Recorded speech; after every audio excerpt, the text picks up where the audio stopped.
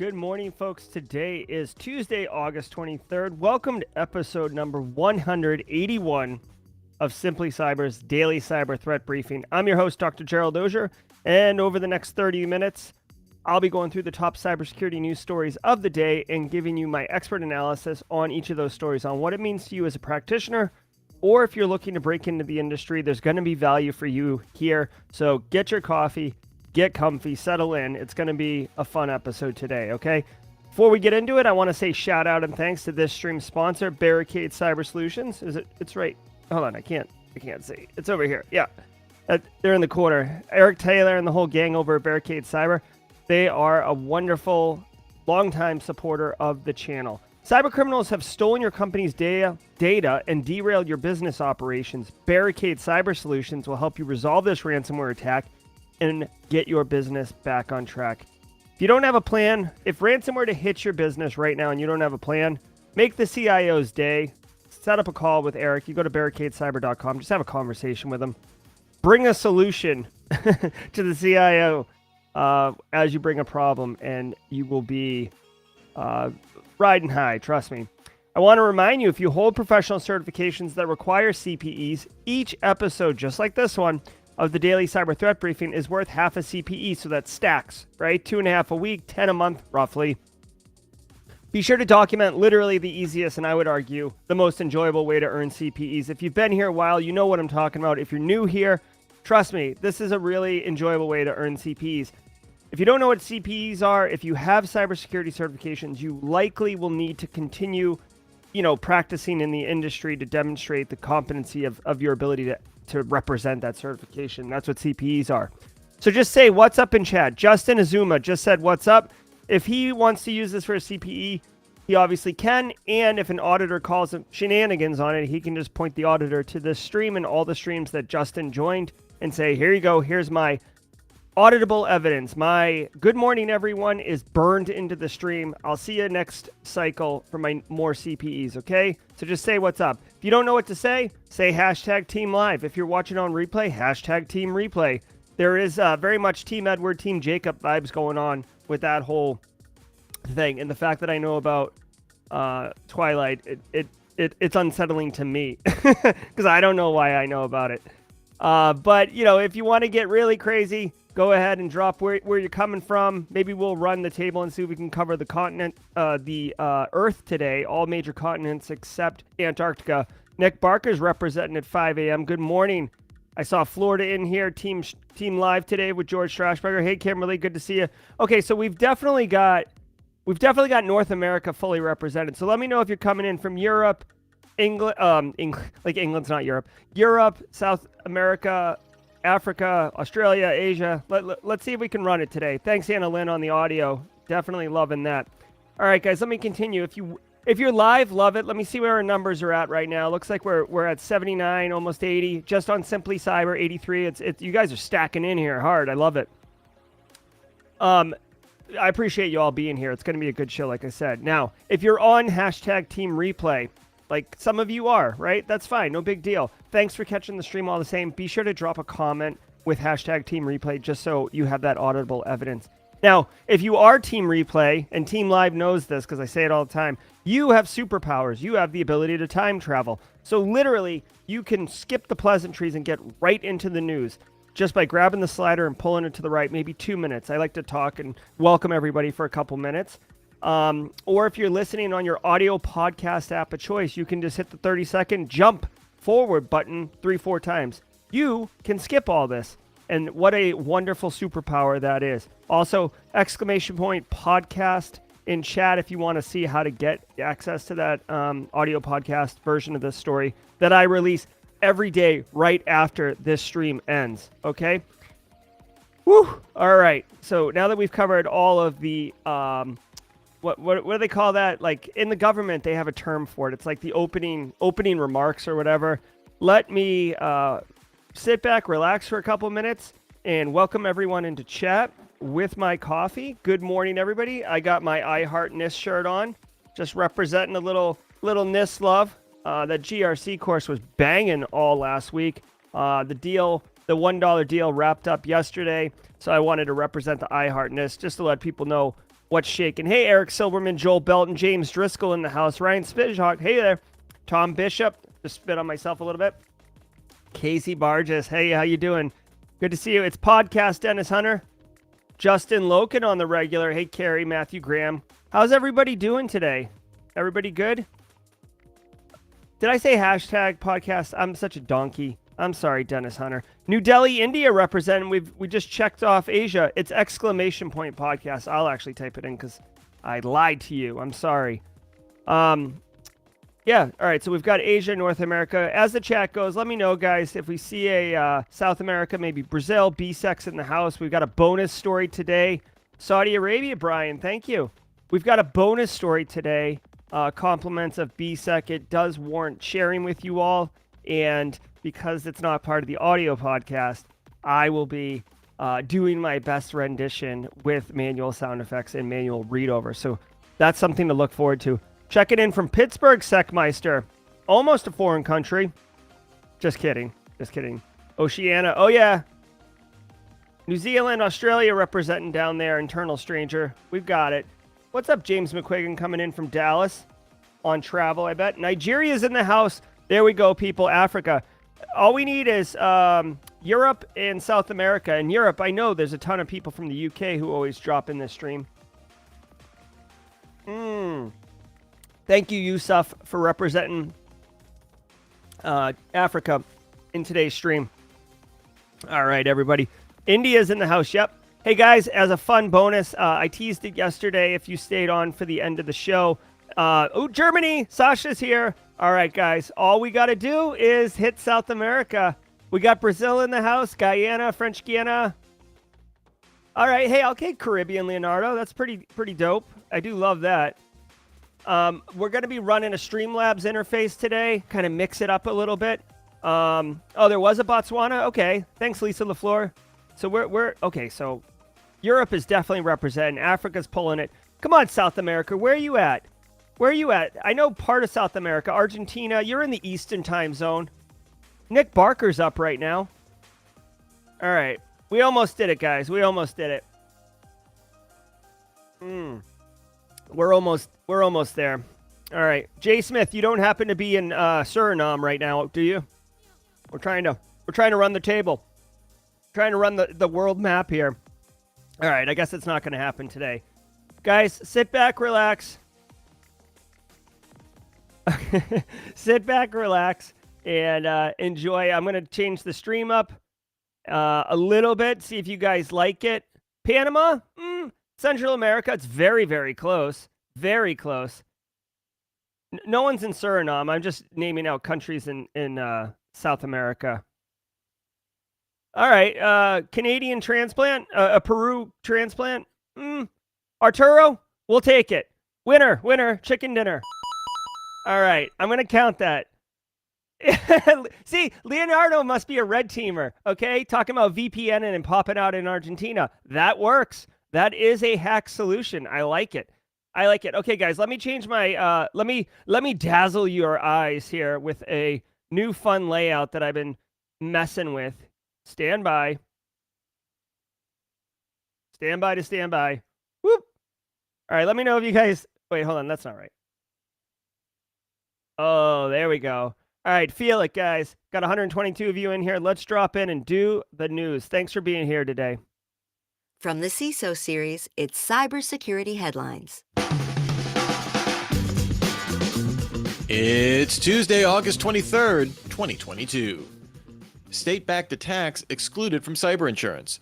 The insurance marketplace Lloyds of London will introduce exclusions for cyber insurance policies to not cover catastrophic state-backed attacks. These exclusions will begin in new policies in March 31st, 2023. Lloyds warns that all insurance underwriters need to make it extremely clear in policies that state-sponsored attacks fall outside of coverage. This applies regardless of any declared war between two countries. This reflects that state-sponsored attacks often aren't directly after financial gain, but are the result of geopolitical considerations. This also comes as insurance providers shy away from ransomware coverage as costs increase. Yeah. So, like, from the office of Here's My Shocked Face, where's my feed? All right. From the office of Here's My Shocked Face, this one should surprise nobody, okay? Lloyds of London, one of the kind of the major overarching overlords of of insurance, is saying that state-backed attacks will be excluded from insurance policies. Okay, couple things here, guys. There's actually a lot to pick on here, and cyber insurance is a wicked niche field or interest within our field. A lot of the tech people think insurance is boring, and I'll give you that. It's not the most sexy, but it does have a place. And as insurance becomes more and more in demand with kind of to combat ransomware from a business risk perspective, insurance is becoming more mainstream, more front and center, more discussed at the CISO level. So I'll tell you this: if you don't know this, 5 years ago, it was like Oklahoma Sooner homesteading for insurance. Insurance providers would be running like across the landscape of businesses, just like selling. Like, here's $1 for $1,000 policy. Here, $10, $1 million policy. Like, just lock it in. Get the client base, right? So, because they were thinking, who cares, right? Like, what's cyber gonna do, right?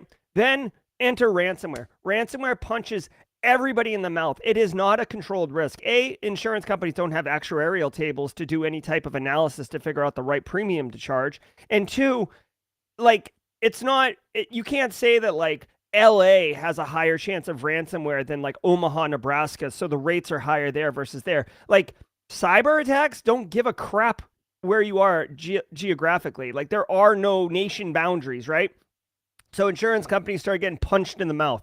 Now, about a year ago, 18 months ago, we saw this shift in the industry, the cyber insurance industry. When it came up for policy renewal, the insurance companies have always sent out like little questionnaires, but the people, with all due respect, the people sending the questionnaires out didn't really know, like, when the responses came back, how to interpret them. Again, they were just collecting data.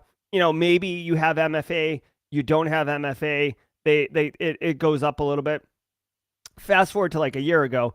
Now the policies are going up 4x, 6x, 8x, which, by the way, the CFO and the CIO want to know what the hell this line item is, when it was like, I don't know, $40,000 last year, and now it's $360,000, right? So these are real implications. Now, on top of that, insurance providers stopped giving insurance policies because if you didn't have like EDR, MFA, security awareness training, like some of the basic foundation pieces, they were like, we're not even going to touch you. I know of a company that reached out to, 28 carriers, 28 insurance carriers, and 24 of them didn't even want to discuss writing a policy for them based on response from 3 questions. So that's where it is right now. Now, to the point of this Lloyds of London story, back when NotPetya hit Merck, which you can Google this. It's a huge story. You should totally know it. If you're new to the industry, you should totally know. To me,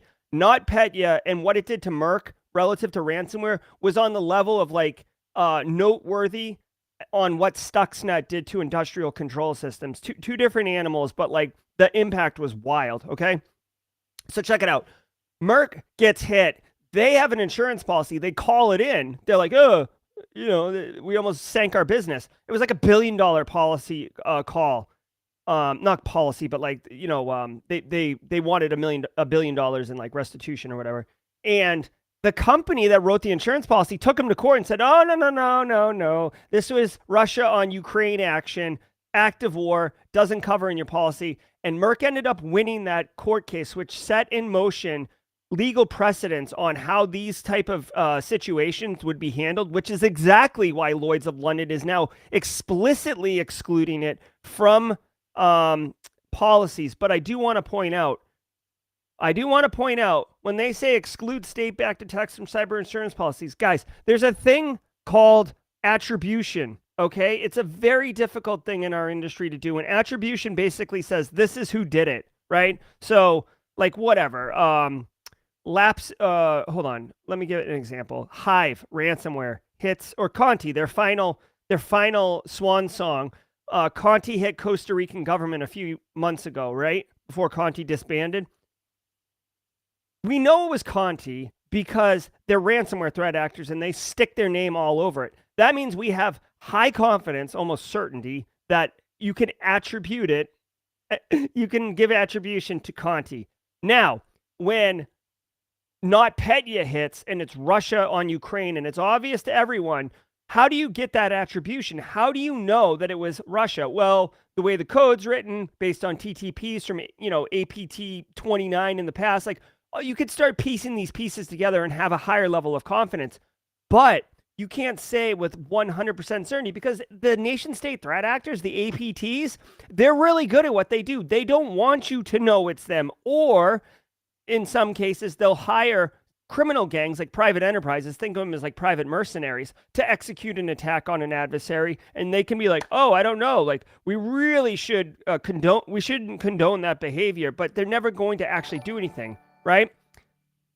Thanks, Zalia, for becoming a squad member. So anyways, all of this is to say, I think that this is a fine policy, but you're going to run into all sorts of things where the insurance company is going to go, oh, that was state-backed attack. Or on the other end, the victim's going to say, yeah, I get Russia is fighting Ukraine right now, and we live in, I don't know, like Belarus, and we got hit with something, and you're saying that it was part of this cyber war attack, but I'm telling you, it wasn't. And then it's going to get into a very, very muddled game of who is attributed the attack, right? And unfortunately, private businesses aren't really going to have the arsenal or the power to effectively get that level of attribution to a high level. So, as I said, cyber insurance is a niche thing. Everybody thinks it's wicked boring, but I'm telling you, if you unpack it, it gets really, really interesting and very, very complicated very, very quickly. And because it's insurance, we're talking real money, like real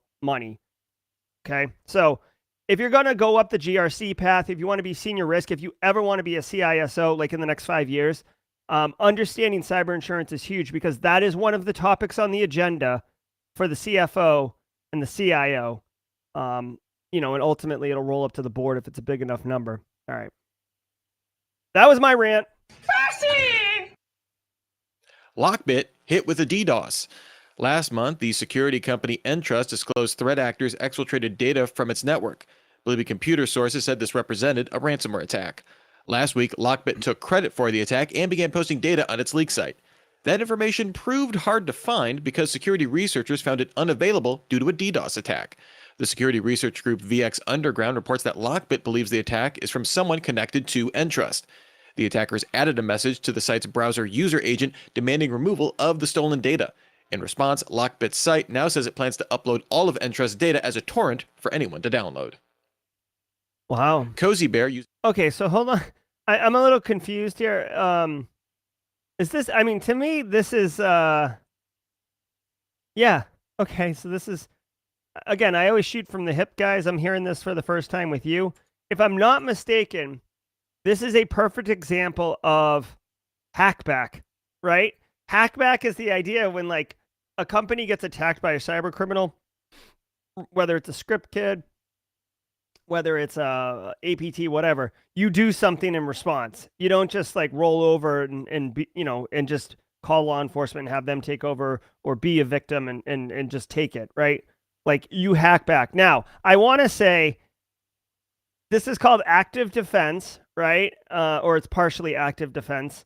John Strand, Black Hills Information Security Anti-Siphon, actually has an incredibly pay what you can class on active defense and cyber deception that I'd encourage everybody to check out. But you got to be careful hacking back. I know it seems sexy and fun to stand up for yourself and handle it, but if you don't know what you're doing, you can cause worse problems. And technically, I mean, Entrust, yes, you could say it's justified because they are protecting themselves, but this isn't like someone stepping into your house and you jettisoning them out of your home forcefully, right? This is Entrust launching a denial of service attack on a website, which is, if Lizard Squad executes a distributed denial of service on PlayStation Network on Christmas Day, 2014, that's a crime. So if Entrust launches a denial of service attack on this website on August 20th, 2022, it's a crime, right? So you've got to be careful. Obviously, I don't think anyone's going, like Lockbit's not going to come forward and press charges and want, justice served. But I'm just saying, you got to be careful because you're basically doing, like unauthorized operations. Now, I will say, having said all that as a disclaimer, way to go, Entrust, for being pissed and coming up with, kind of a clever way. Instead of paying to have the data permanently deleted or whatever, they did a denial of service attack. I'm curious where they got all the endpoints to do the denial of service attack. Usually distributed denial of service is like through bot farms and stuff like that. So I don't know if Entrust like compromised boxes, probably not, but I'm not sure where they did this. But by the way, I do have to tell you, the distributed denial of service, as I've said millions of times here on the channel, it is a temporary solution. It's only as good as long as the fire hydrant is spraying water in the face of the victim. The second you stop it, the water, basically nerfs down, ebbs back into the fire hydrant, and the victim can just walk forward. The website can be up afterwards, right?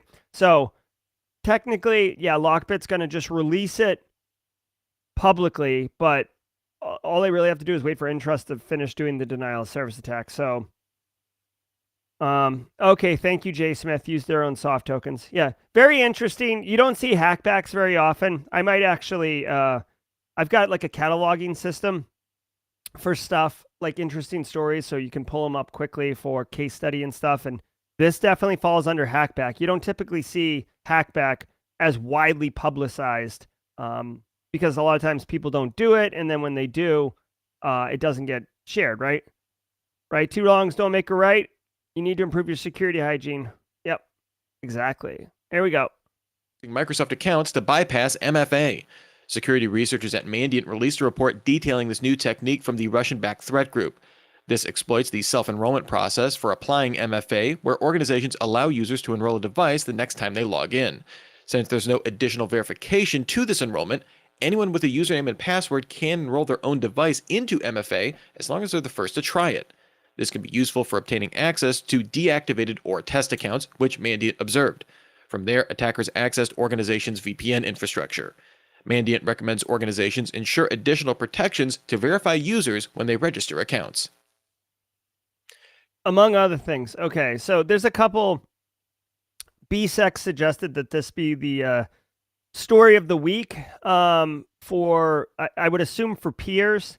And I'll talk about that in a second, but this is a really important story. This is actionable. If you're working in information security, this is actionable for you today. Okay, so check it out. Check it out. Here's the deal. Multi-factor authentication is a wonderful control. It's not a silver bullet. It does raise the level of risk. Please. It raises the level of effort for a cyber attacker to successfully compromise a system or a box or a user or whatever. So you should totally use it. Now, here's what they're saying here, right? When we traditionally think of compromising MFA, it's like you're social engineering a victim. Hey, I'm Google, and I'm about to send you we suspect activity on your account. I'm about to send you a 6-digit code. Please give it back to me. And in reality, it's a threat actor logging in with your account, knowing that you're going to get that 6-digit code. Okay. This is why like SMS text messaging isn't the best, because you can do SIM swapping. You can be socially engineered. Hardware tokens pretty good because, you're going to have it, but then you run the risk of losing it. There's all sorts of different options for MFA. Now, larger organizations, when they're rolling out MFA, which, by the way, just fun fact, if you have never rolled out MFA at an organization, it's much more involved and much more painful than you would think. It is not toggling it on and going for happy hour beers. It's a pain in the butt, really, and it has a lot to do with fringe use cases and adoption by an end user community that is not all technical, right? Or they have flip phones, right? Like there's all sorts of nuances. I could either do a whole video on rolling out MFA and all the pain points, or maybe even like a micro class on like how to effectively roll out MFA at an organization. But anyways, the use cases are small.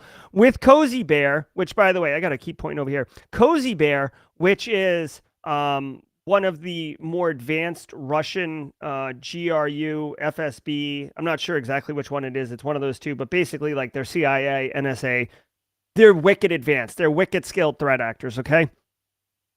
What they are finding is larger organizations will allow you to enroll yourself into an account. So if you've ever done this, you log in with your username and password and you get a pop-up that says, hey, your organization needs a little bit more information from you. And then it runs you through an MFA workflow. Go download the app, click on this QR code, put in this 6-digit number. You're up and running, right?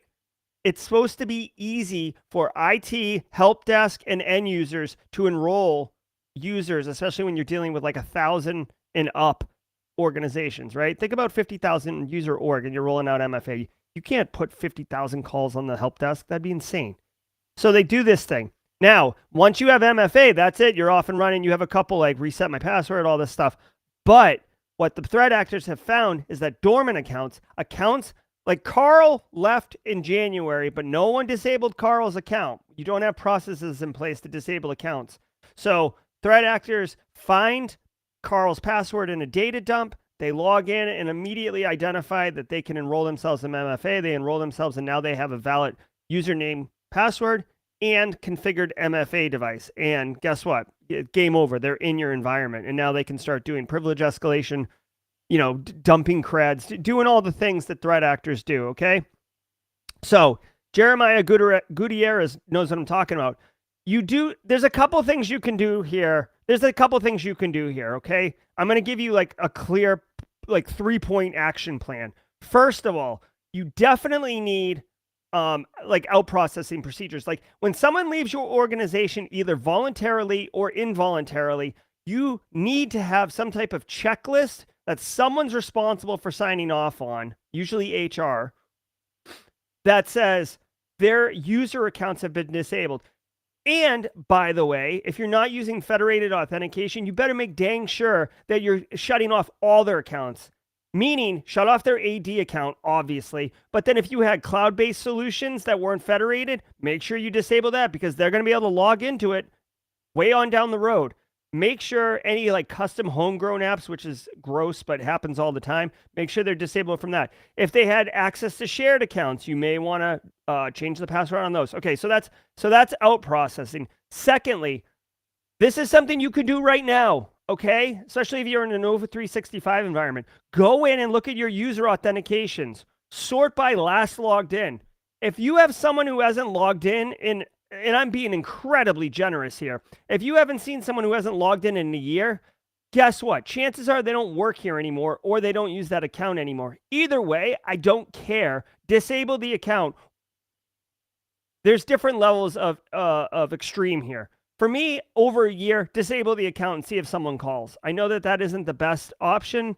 That can add some friction. But guess what? Chances are you're fine. They haven't logged in a year. Or collect all the names. This takes more time. Collect all the names of everyone who hasn't logged in a year or 6 months or 3 months, right? You got to think, well, okay. And then send it to their managers and be like, is this still a valid account, right? Or again, shut it off. And have a short list, notify help desk, hey, I've shut these accounts off, whatever. Basically, the TLDR here is shut off accounts that people aren't logging into. I do want to remind you something, okay? 1, people do take maternity and paternity leave. Be mindful of that. 2, some people take bereavement leave, right? I've dealt with that in my experience, right? So you can't just be 30 days disabled, right? You can't do that because there are legitimate reasons, but a year, definitely. 6 months, in my opinion, definitely. So be mindful of that and add it as a recurring activity on your scheduled task list, right? Set a monthly calendar invite for yourself to do user account review. Here's the final thing I'll tell you about this. I said 3-point plan, so I'll give you one more point after. Here's the final thing relative to this part. When people don't have access to something, they will bitch and moan and complain and send multiple emails until they get the access. Fact, because they want to do their job. When people have access and no longer need it because they switched roles or left the company, they won't mention it because they don't care. It doesn't matter they still have access. They no longer need it, but there's no impetus, there's no motivation, there's no driver for them to make a point to anyone that they still have access, right? So this is why you need to do user account reviews. Okay.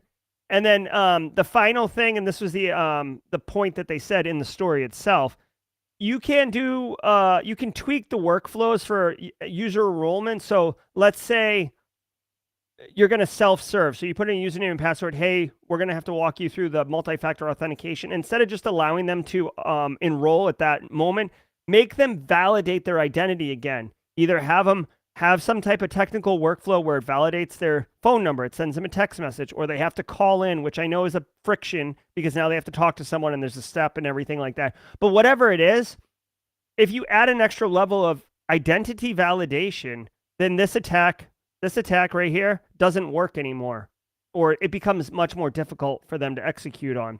All right. So in conclusion, outbriefing, account review, identity validation processes. Thank you. This is my TED Talk. UK Conservatives go ahead with online voting. The UK's Conservative Party will offer internet voting for the first time as part of its leadership election. About 160,000 qualifying party members will receive a ballot pack in the mail that will include a paper mail-in ballot as well as security codes to vote online.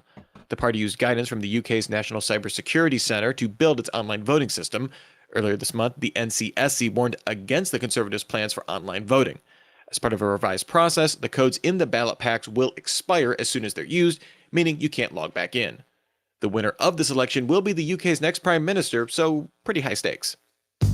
Okay, so two things really quick. One, internet voting, it makes it more accessible to everybody. United States has been doing kind of all sorts of different voting.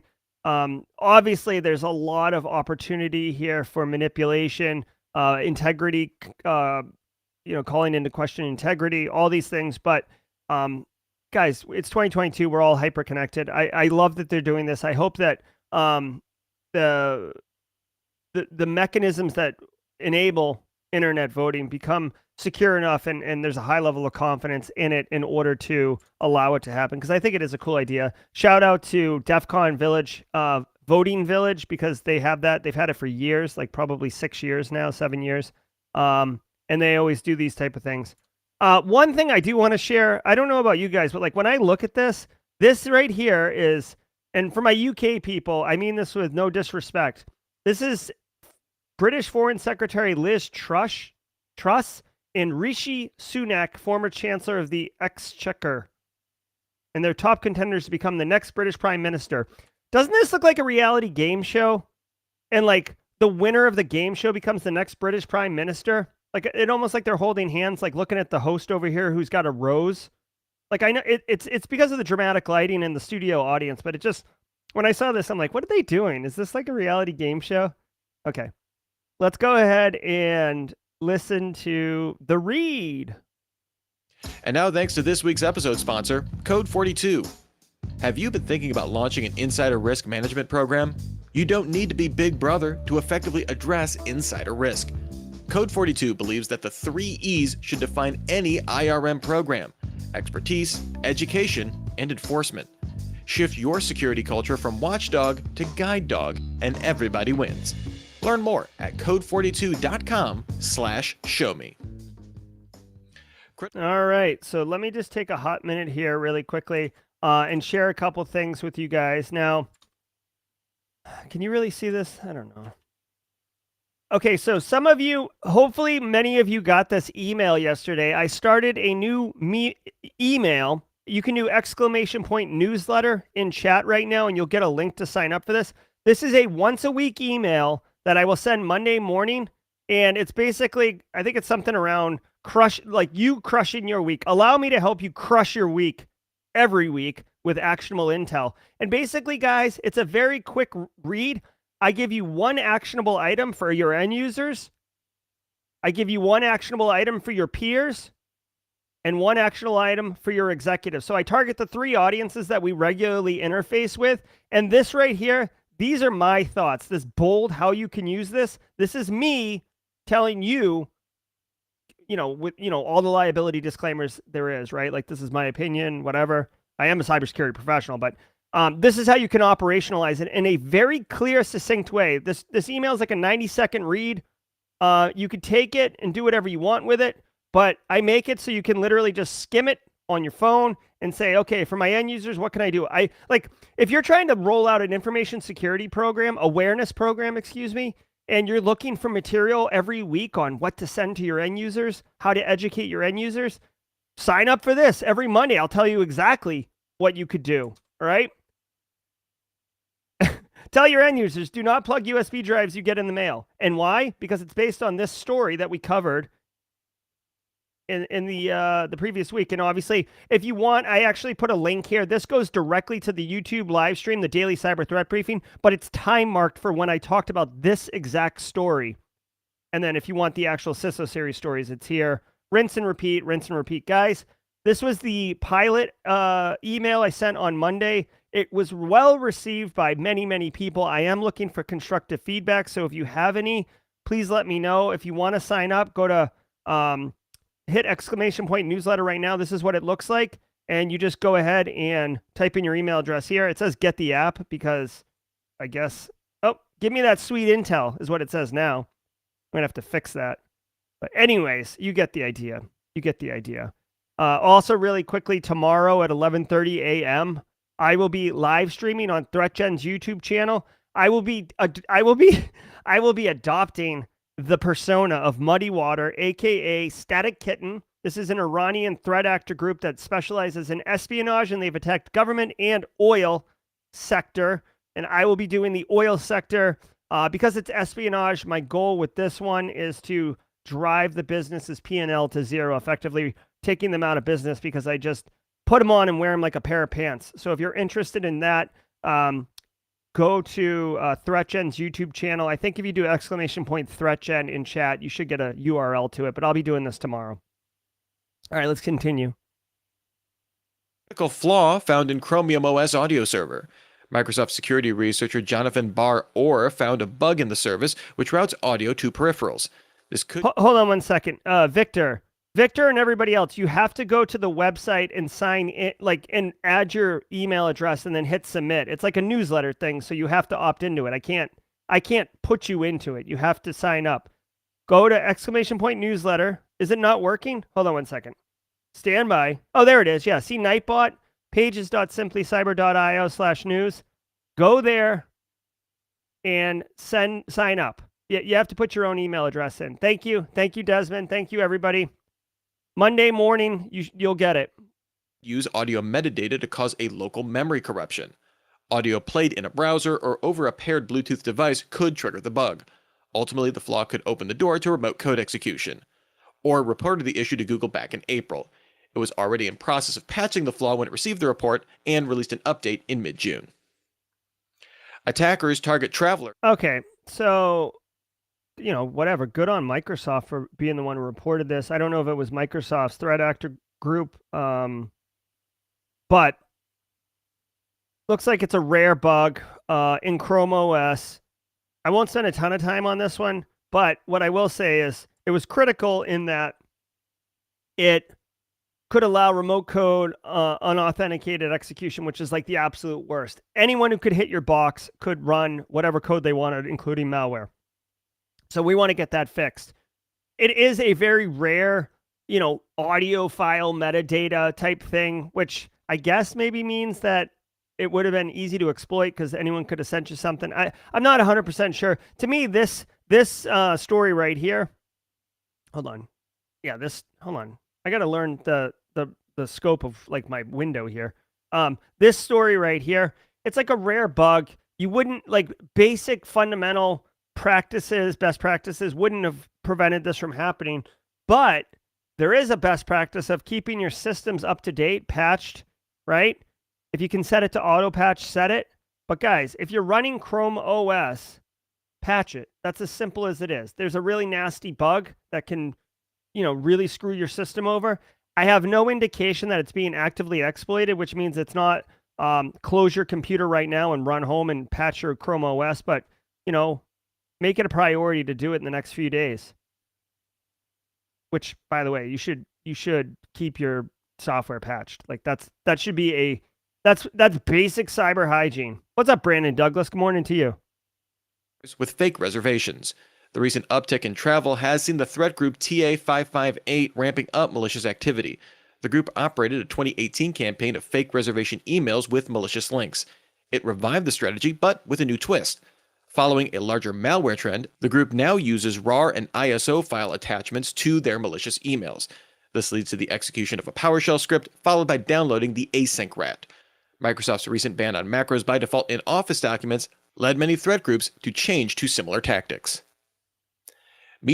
Okay, this is kind of similar to the story that we talked about yesterday. So if you were here yesterday, you know what's going on. I will tell you, I just traveled to Black Hat and my flights got all sorts of screwed up, and I had a really rough travel day on the way back. But are pretty sad. They're going to threat actor. Right? When you're traveling and you get a notification flight has changed, or that your flight's canceled, or your bags are being routed to Djibouti or something, you're probably not going to read the. I'm thinking real about myself. I'm like, click, click, click, click. You're trying, like, you got one hand on a carry-on, you got your phone. You're trying to like navigate the airport, not bump into people, get to where you got to get to. Like, I wouldn't review. I mean, unless it looked wicked sketch. Probably wouldn't review it. I probably would click through it, right? Hey, click here to rebook your flight, or hey, your flight's going to be, you're going to be bumped out of your seat unless you check in via this URL, right? I mean, good on threat actors. The only challenge with this particular story or whatever attack sequence is that with most phishes, like COVID related phishes. Thanks, Pedro Songs, for the sub. Most like COVID phishes, like you could send that at any point, right? I could send that in the middle of the night, the middle of the morning. Whenever you receive it, it still makes sense that I got it. If I get an email right now sitting at my desk streaming the daily cyber threat briefing that says my flight's been canceled, I'm going to be like, this is total crap, like, obviously. So it raises the stakes of a moving target for the threat actors, because you have to hit me while I'm in transit. But if they are getting hooked into, United Airlines. Is United still an airline? I don't know. I might be aging myself here.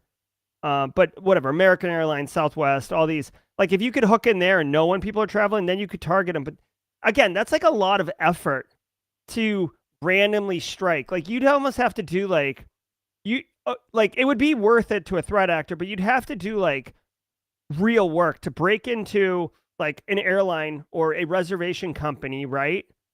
And then get the itinerary of X amount of people, then have hacked some type of like financial system or cryptocurrency exchange to find people with high net worth and then attack them. I guess maybe you could go after people who are booked on private jets or first class, but even then you're rolling the dice on whether or not you're going to strike a whale or not. It just, I don't know, man. From my perspective of like how threat actors, I'm not saying they're lazy. They're incredibly opportunistic and business savvy in many cases, but a lot of times they don't need to put in like Mission Impossible level skill and effort.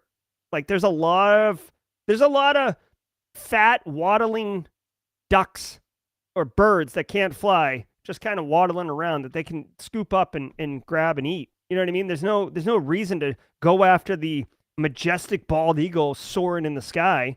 Yeah, I mean it's a great feather in the cap, and maybe you strike it rich. But again, like why would they do that when they could just vacuum up all the money on the floor?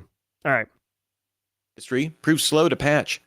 A new study by Blue Voyant found that out of almost 500 vendors in the media industry, it observed 28% with critical vulnerabilities on internet-facing systems. Content management providers accounted for 50% of these vulnerabilities. Meanwhile, the study found less than 15% of media monetization platforms hosting vulnerable systems. Looking at the recent Atlassian Confluence vulnerability, Blue Voyant found 8 monitored companies had not patched the high-severity issue 6 weeks after its release. Mm-hmm. NSO Group shuffles leadership. Sorry, guys, my mouse is like stuttering across my desk, so it's very difficult for me to jump over and hit pause on the audio. Okay, so interesting. Basically, they say media industry vendors, but they're not talking. When I saw that, I was thinking like record producers and like music media or art media, but they're really talking about like web media. and based on what I could tell, it sounds like it's things like streaming platforms, but also like WordPress, like blog hosting sites and stuff like that. Basically SaaS providers for internet services. You can see here 50% were content management, which is like blogs and stuff like that, distribution. I'm not surprised, guys. Not most industries aren't doing great except financial services. This company, there's got to be a link to the report right here. Figured it. Let's just take a sniff really quick. Thank you, GoStream. I don't want to do that. All right. Well, here's the thing. They're not doing a great job of protecting their stuff. I don't know how they define zero tolerance findings. Critical vulnerabilities in internet-facing systems commonly. Yeah, I wouldn't. They're trying to invent a new term here. Zero tolerance findings. How about critical vulnerabilities, critical risks, high likelihood of exploitation? Like, we've got terms already for this, bud. Whatever. I guess. Okay. The takeaway here is, as you're engaging in third-party services, SaaS providers, make sure you get a good contract in place. And the reason being that you can legally go after them if there is a hot mess on fire. But you've got to, you got to take a risk. There's always going to be risk as you're engaging with other organizations. You're adopting whatever their lowest level of security effort is, right? Like their Carl. You're engaging with their Carl. So, whatever.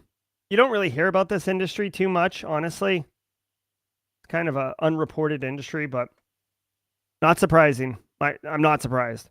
The Israeli spyware company's CEO, Shalev Julio, stepped down effective immediately, replaced in the role by COO Yaron Shohat on an interim basis. Reuters sources say the company will cut 100 employees as part of an overall reorganization.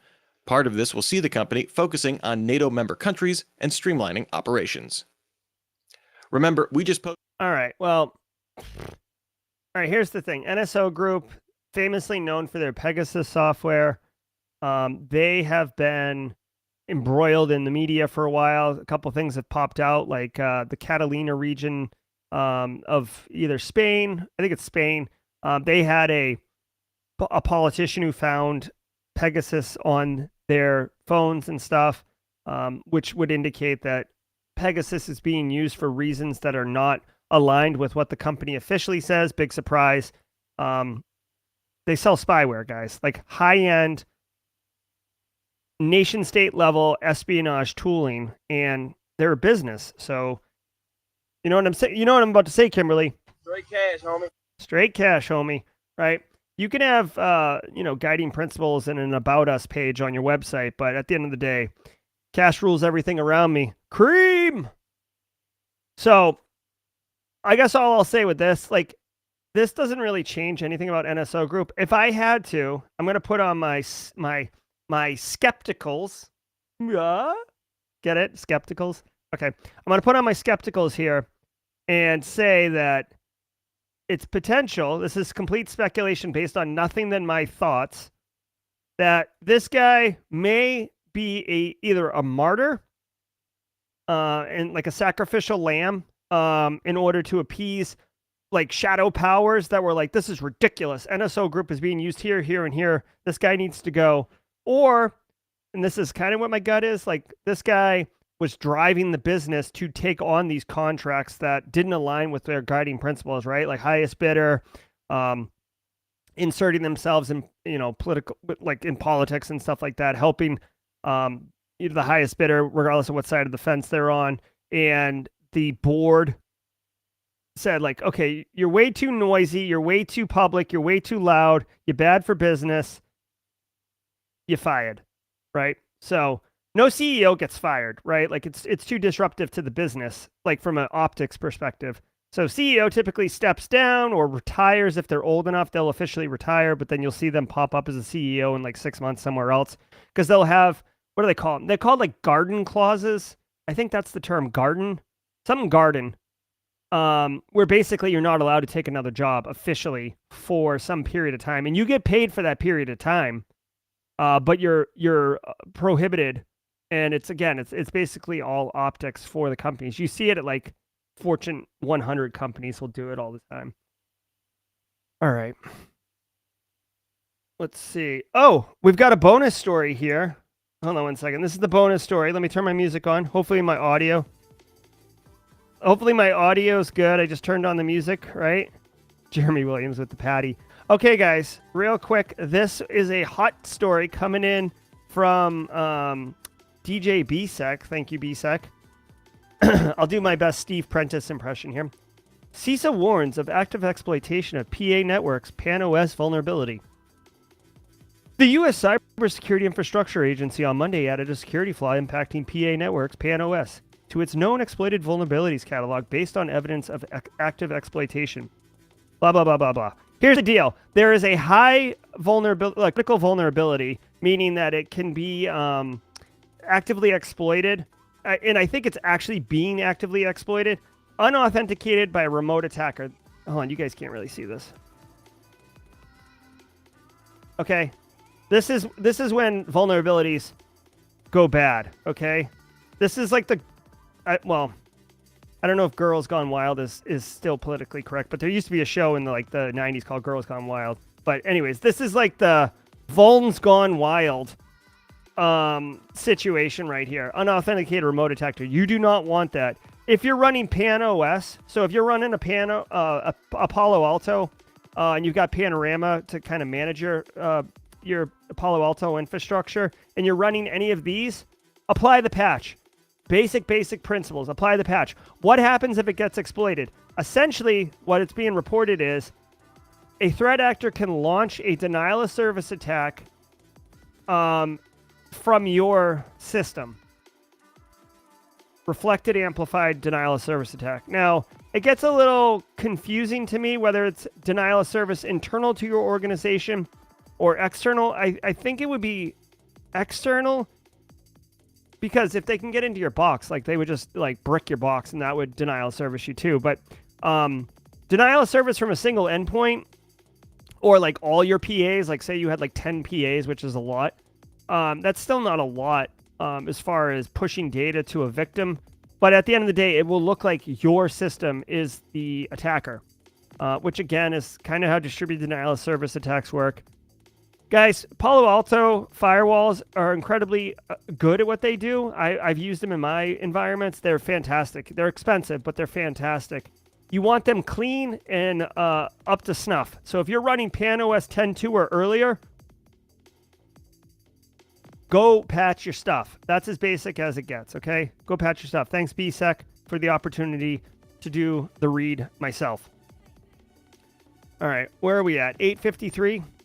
Guys, so thank you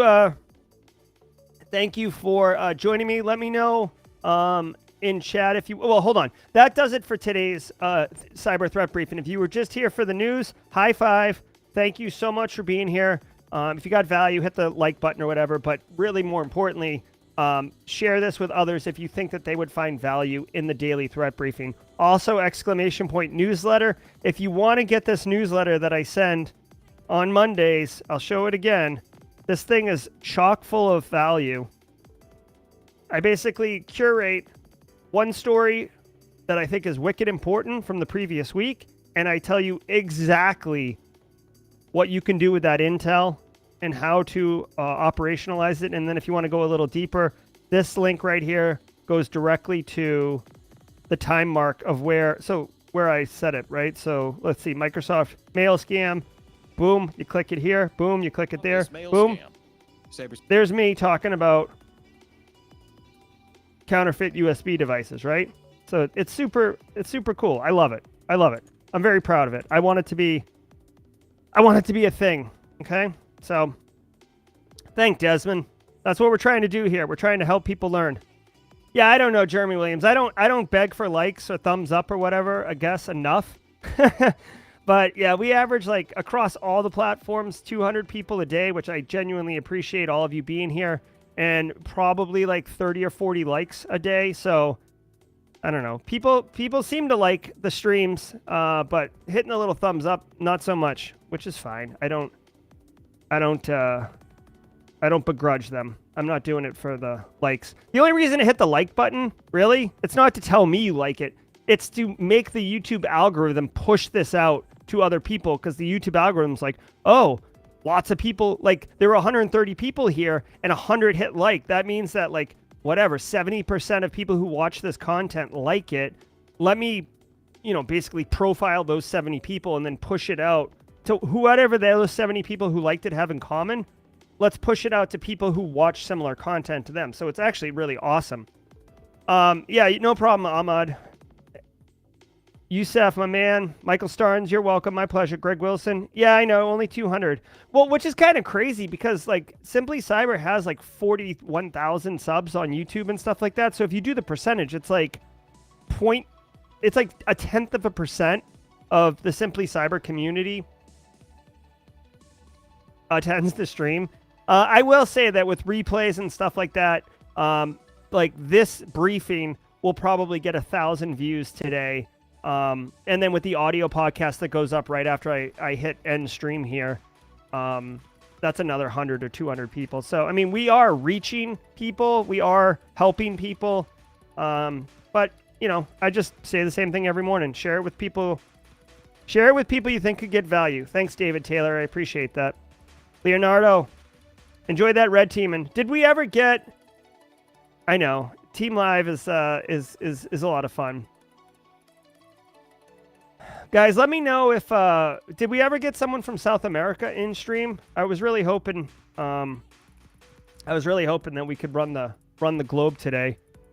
Oh, that's a good point. Hey guys, just a reminder, the stream is every morning at 8 a.m. Eastern Standard Time, the daily cyber threat briefing, except starting this Thursday, August 25th, I'm also a professor at the Citadel Military College, and that starts up on Thursday. So Tuesdays and Thursdays until December, the morning threat briefing will be at 10 a.m. So Monday, Wednesday, Friday, 8 a.m. Eastern. Tuesday, Thursday, 10 a.m. Eastern. Monday, Wednesday, Friday, 8 a.m. Eastern. Tuesday, Thursday, 10 a.m. Eastern. And I know Poner Joe's loving that. Panama, yeah, all right. We'll take Panama. Good. Joshua Kozaka, very nice. All right, I love it, Nick Barker. Thanks for the effort, man. Thanks for the assist. Yeah, I hear you, William. If people are working, it can be tough.